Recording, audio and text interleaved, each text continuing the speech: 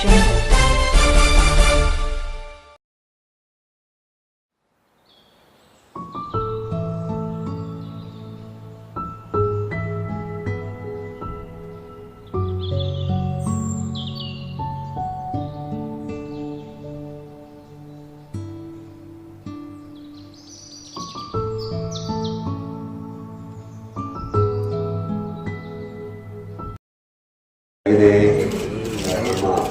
ಶ್ರೀನಿವಾಸ್ ಪೌದ್ದೂರ್ ಅವರಿದ್ದಾರೆ. ಆಮೇಲೆ MGR ಅರಸ್ ಇವ್ರ ಬಗ್ಗೆ ಎಷ್ಟು ಹೇಳಲು ಕಡಿಮೆ. ಸ್ವಲ್ಪ ಇದೆ ಎರಡು ಮೂರು ಸರಿ ಅಷ್ಟೇ ಯಾವುದೋ ಸಭೆಗಳಲ್ಲಿ ಭೇಟಿಯಾಗಿದೆ. ಆದರೆ ಅವರ ಧ್ವನಿ ಮತ್ತು ಅವರು ತೋರಿಸುವ ಪ್ರೀತಿ ಇದೆಯಲ್ಲ, ಅದು ಎಷ್ಟು ನನ್ನನ್ನು ಆಪ್ತವಾಗಿ ಕಾಡಿದೆ ಅಂತಂದರೆ, ರಾತ್ರಿ ಎಲ್ಲ ನನಗೆ ಸ್ವಲ್ಪ ಜ್ವರ ಈ ಥರ ಎಲ್ಲ ಇತ್ತು. ಆದರೆ ಅರಸು ಅವರ ಪ್ರೀತಿಯನ್ನು ಮೀರಕ್ಕಾಗದಲೇ, ಅವರ ಕರೆಯನ್ನು ಮೀರಕ್ಕಾಗದಲೇ ನಾನು ಇವತ್ತಿಗೆ ಬಂದಿದೆ. ಇದು ನನ್ನ ಮಾಮೂಲಿ ಧ್ವನಿ ಅಲ್ಲ. ಮಾಮೂಲಿ ಧ್ವನಿ ಭಾಳ ಬೇರೆ ಥರ ಇರುತ್ತೆ. ಸ್ವಲ್ಪ ಜ್ವರ ಬಂದಿರೋದ್ರಿಂದ ಈ ಥರ ಆಗಿದೆ. ಹಾಗೆಯೇ ನಟರಾಜ್ ಜೋಯಿಸ್ ಅವರು ಇದ್ದಾರೆ ಮತ್ತು ಲಿಂಗರಾಜ್ ಅರಸ್ ಅವರು. ಹಾಗೆ ಈ ಸಭೆ ಒಳಗಡೆ ಶಶಿಕಲಾ ಗೌಡ ಮೇಡಮ್ ಅವರಿದ್ದಾರೆ ಮತ್ತು ಅಲ್ಲಿ ನಮ್ಮ ವಿಜಯದಾಸರು ನಾನು ಬೆಳ್ಳೂರಿನಲ್ಲಿ ಕನ್ನಡ ಮೇಷ್ಟ್ರಾಗಿದ್ದಾಗ ಅವರು ಚುಂಚನಗಿರಿಯಲ್ಲಿ ಸರ್ಕಾರಿ PU ಕಾಲೇಜಲ್ಲಿ ಕನ್ನಡ ಮೇಷ್ಟ್ರಾಗಿದ್ದರು. ಸಾಕಷ್ಟು ಜನ ತಾವೆಲ್ಲ ಹಿರಿಯರು ಬಂದಿದ್ದೀರಿ. ತುಂಬ ಜನ ನೋಡೋರು ಇಲ್ಲಿ ನನಗಿಂತ ವಯಸ್ಸಾದವರೇ ಇದ್ದೀರಿ. ನಾನೇ ನಿಮ್ಮೆಲ್ಲರಿಗಿಂತ ಚಿಕ್ಕವನು. ಒಂದಿಬ್ಬರು ಮೂವರು ಪುಟ್ಟ ಮಕ್ಕಳು ಕಾಣಿಸ್ತಾ ಇದ್ದಾರೆ. ಸೊ ನಾನೇ ನಿಮ್ಮೆಲ್ಲರಿಗಿಂತ ಕಿರಿಯ. ಇವತ್ತು ಈ ಗ್ರಹಣ ಇದೆಯಲ್ಲ, ಅದ್ರ ಬಗ್ಗೆ ನಮ್ಮ ಕನ್ನಡ ಸಾಹಿತ್ಯ ತೋರಿಸಿರುವ ಪ್ರತಿರೋಧ ಬಹಳ ದೊಡ್ಡದು. ಅದನ್ನು ತಿಳ್ಕೋಬೇಕು ನಾವೆಲ್ಲ. ಕನ್ನಡಿಗರಾಗಿ ನಾವು ಕನ್ನಡದ ಪರಂಪರೆ ಏನಿದೆಯೋ ಆ ಪರಂಪರೆಗೆ ತಕ್ಕ ಹಾಗೆ ಬದುಕಬೇಕೆ ಹೊರತು ಅದೊಂದು ನೈಸರ್ಗಿಕ ವಿಧಾನ ಅದಷ್ಟೇ. ಸದಾ ಜರುಗ್ತಲೇ ಇರ್ತದೆ. ಏನೇನೋ ಎಲ್ಲೆಲ್ಲೋ ಸೂರ್ಯನ ನಡುವೆ ಚಂದ್ರ ಬರೋದು, ಸೂರ್ಯ ಚಂದ್ರನ ನಡುವೆ ಭೂಮಿ ಬರೋದು, ಭೂಮಿ ಮತ್ತು ಚಂದ್ರನ ನಡುವೆ ಸೂರ್ಯ ಬರೋದು, ಈ ಥರದ ಗ್ರಹಣಗಳು ನಡೀತಲೇ ಇರ್ತವೆ. ಆದರೆ ಅದು ಯಾವುದು ಕೂಡ ಮನುಷ್ಯನ ಮೇಲೆ ದುಷ್ಪರಿಣಾಮವನ್ನು ಬೀರೋಲ್ಲ. ಯಾಕೆಂದರೆ ಸೂರ್ಯ ಆಗಲಿ, ಚಂದ್ರ ಆಗಲಿ, ಭೂಮಿ ಆಗಲಿ, ಇವೆಲ್ಲವೂ ಮನುಷ್ಯನನ್ನು ಕಾಪಾಡೋದಕ್ಕೆ ಇರುವಂಥ ಒಂದು ಜೀವದೇವತೆಗಳವು. ನಮ್ಮ ಹಿರಿಯರು ಸೂರ್ಯ ಚಂದ್ರನ ಪೂಜೆ ಮಾಡಿದ ಹಾಗೆ ಬೇರೆ ಯಾರನ್ನೂ ಪೂಜೆ ಮಾಡಿಲ್ಲ.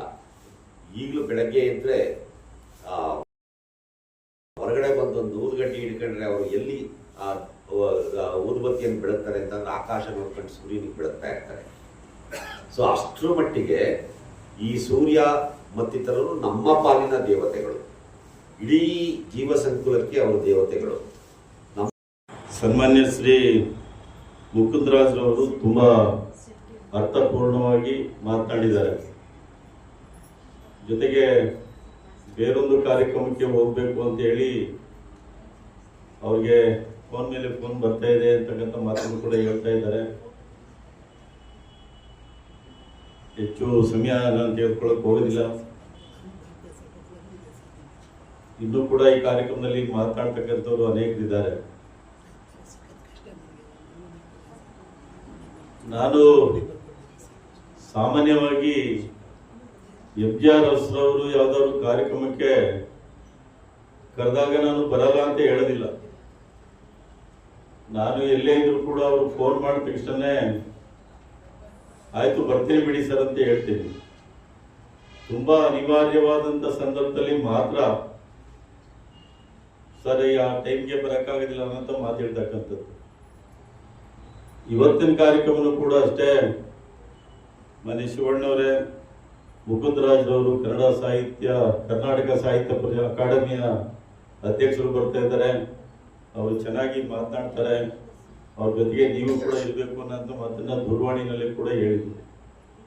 ಆ ಪ್ರಕಾರವಾಗಿ ಅವರ ಆಹ್ವಾನದ ಮೇಲೆ ಬರೀ ಸಂತೋಷವಾಗಿ ಬಂದಿದ್ದೀನಿ ಅಂತಕ್ಕಂಥ ಮಾತನ್ನ ಈ ಸಂದರ್ಭದಲ್ಲಿ ಹೇಳ್ತಾ, ಮುಕುಂದರಾಜ್ರವರು ಹೇಳಿದ್ರು ಅಕ್ಬರ್ ಆಲಿ ಅವ್ರ ಬಗ್ಗೆ ನಾವು ಹೆಚ್ಚು ಅಧ್ಯಯನ ಮಾಡಿಲ್ಲ, ಸ್ವಲ್ಪ ನಮ್ಮ MGR ಅರಸರು ಅವರೇ ಬೆಳಗಾವಿಯಿಂದ ಮೈಸೂರಿಗೆ ಬಂದು ಇಲ್ಲೇ ನೆಲೆಸಿ, ಇದು ಸಾಂಸ್ಕೃತಿಕ ನಗರ, ನಾವು ತಮ್ಮ ಚುಟುಕು ಸಾಹಿತ್ಯವನ್ನು ನೀವು ಮುಂದುವರಿಸಿ ಸಾಕಷ್ಟು ಪ್ರಚಾರ ಮಾಡ್ತಿದ್ದಿಲ್ಲಿ ಅನ್ನೋ ಒಂದು ಭಾವನೆಯನ್ನು ಅವರಿಗೆ ತಿಳಿಸಿ ಡಾಕ್ಟರ್ ಅಕ್ಬರ್ ಆಲಿಯವರು ಸಹ ಮೈಸೂರಿಗೆ ಬಂದು ಇಲ್ಲೇ ನೆಲೆಸಿದ್ರು. ಅವರ ಪುತ್ರ ಸಹ ಇಲ್ಲೇ ನಮ್ಮ ಸಮಾರಂಭದಲ್ಲಿ ಇದ್ದಾರೆ. ನಿಜವಾಗಲೂ ನಾವು ಬಹಳ ಅದೃಷ್ಟವಂತರು. ಇದು ಶುಭ ದಿನ, ಸಂತೋಷದ ದಿನ. ಇಂತಹ ಸಾಂಸ್ಕೃತಿಕ ನಗರದಲ್ಲಿ 101ನೇ ವರ್ಷದ ಡಾಕ್ಟರ್ ಅಕ್ಬರ್ ಆಲಿಯವರ ಜಯಂತಿಯನ್ನು ನಾವು ಆಚರಣೆ ಮಾಡ್ತಿದ್ದೀವಿ. ಇದು ನಮಗೆ ನಿಮಗೆ ಎಲ್ಲರಿಗೂ ಸಂತೋಷ ತರುವಂಥ ವಿಷಯ. ಎರಡನೇ ವಿಚಾರಕ್ಕೆ ಬಂದರೆ, ನಮ್ಮ ಅರಸು ಪತ್ರಿಕೆಯ 13ನೇ ವರ್ಷದ ಹುಟ್ಟುಹಬ್ಬ. ಸಾಮಾನ್ಯವಾಗಿ ನಾವು ಹುಟ್ಟುಹಬ್ಬ ಅಂದರೆ ಹೊಸ ಬಟ್ಟೆ ಹೊಲಿಸ್ಕೊತೀವಿ, ಹೊಸ ಥರ ತಿಂಡಿ ನಾವು ಮನೆಯಲ್ಲಿ ರೆಡಿ ಮಾಡಿಸ್ತೀವಿ, ದೇವಸ್ಥಾನಗಳಿಗೆ ಹೋಗ್ತೀವಿ. ಆಮೇಲೆ ನಾವು ಹುಟ್ಟುಹಬ್ಬ ಅಂದ ತಕ್ಷಣ ನಾವು 10 ಜನನ ಕರೆದು ಅವರಿಗೆಲ್ಲ ಉಪಚಾರ ಮಾಡ್ತೀವಿ. ಅದೇ ರೀತಿ ನಮ್ಮ MGR ಅವರು 13ನೇ ವರ್ಷದ ವಾರ್ಷಿಕೋತ್ಸವನ ಅರಸು ಪತ್ರಿಕೆಯನ್ನು ಹೇಗೆ ಆಚರಣೆ ಮಾಡ್ತಿದ್ದಾರೆ ಅನ್ನೋದನ್ನೇ ನೀವು ಇದನ್ನು ನೋಡಿ ಬಹಳ ಸಂತೋಷ ಪಡುವಂಥ ವಿಚಾರ. ನಾನು ಹೇಳಿದೆ ನಿಮಗೆ ಹೊಸ ಬಟ್ಟೆ ಹಾಕೋತೀನಿ ಅಂತ. ಅದೇ ರೀತಿ ಅರಸು ಪತ್ರಿಕೆಯನ್ನು ನೋಡಿದ್ರೆ ನಾನು ತಿಳಿದಂಗೆ ಇಷ್ಟು ವಿಜೃಂಭಣೆಯಾಗಿ, ಇಷ್ಟು ಅಚ್ಚುಕಟ್ಟಾಗಿ, ಇಷ್ಟು ಆಕರ್ಷಣೆಯಾಗಿ ಅರಸು ಪತ್ರಿಕೆ ಇದುವರೆಗೂ ತಯಾರಾಗಿರಲಿಲ್ಲ ಅನ್ಸುತ್ತೆ. ಈ 13ನೇ ವರ್ಷದ ವಾರ್ಷಿಕವನ್ನು MGR ಅವರು ಬಹಳ ವಿಜೃಂಭಣೆಯಿಂದ ಏರ್ಪಡಿಸಿದ್ದಾರೆ. ಬಹಳ ಸಂತೋಷದ ವಿಷಯ.